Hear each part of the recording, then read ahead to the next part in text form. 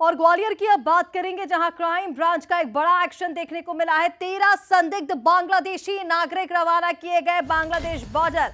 Crime branch ने बांग्लादेशी 13 नागरिकों को रवाना किया है। बॉर्डर तक सुरक्षा के बीच टीम ले गई। पूछताछ और दस्तावेजों का सत्यापन करने के बाद ये बड़ी कार्रवाई की गई है। ये तमाम 13 बांग्लादेशी नागरिक पहचान छिपा करके रह रहे थे।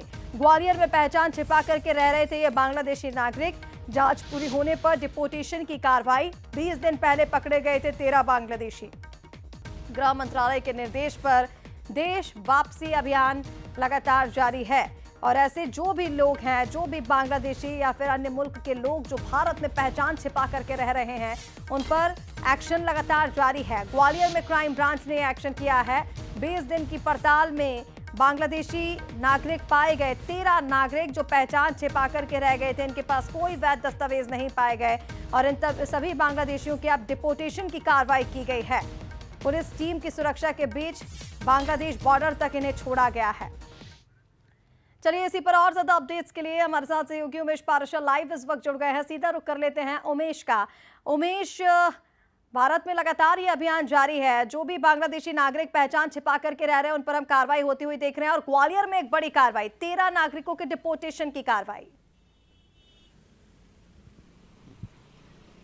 देखिए, बिल्कुल रिश्का आपने सही कहा। गृह मंत्रालय के साफ तौर पर निर्देश है कि जो भी नागरिक भारत में बिना दस्तावेज या अपनी पहचान छुपाकर रह रहे हैं, उन पर सख्त कार्रवाई करने और उनको अपने वतन वापसी के लिए जो है तमाम प्रयास किए जा रहे हैं। ऐसा ही मामला ग्वालियर से सामने आया है, जहां 20 दिन पहले 13 बांग्लादेशियों को जो है अलग अलग स्थानों के, ग्वालियर के अलग अलग स्थानों से जो है क्राइम ब्रांच ने हिरासत में लिया। उनसे पूछताछ की गई तो भारत का कोई भी वैध दस्तावेज उन नागरिकों के पास नहीं था।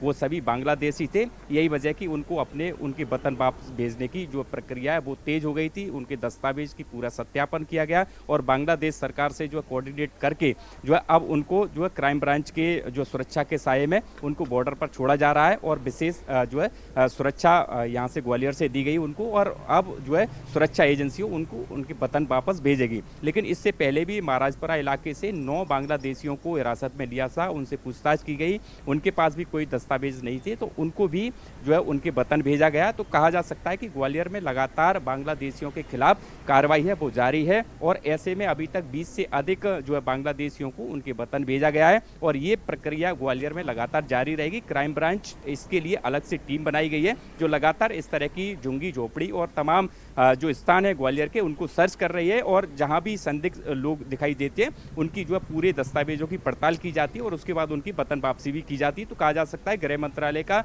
जो आदेश के बाद ग्वालियर में एक बड़ा एक्शन देखने को मिल रहा है। जी बिल्कुल उमेश, एक बड़ा एक्शन देखने को मिल रहा है और ये जो 13 नागरिक हैं, इन्हें वापस भेजने की कार्रवाई जो है वो कर दी गई। हालांकि देखना होगा कि अभियान अभी जारी है और कितने लोग ऐसे पाए जाते हैं। बहुत शुक्रिया आपका हमारे साथ जुड़ने के लिए, तमाम जानकारी के लिए।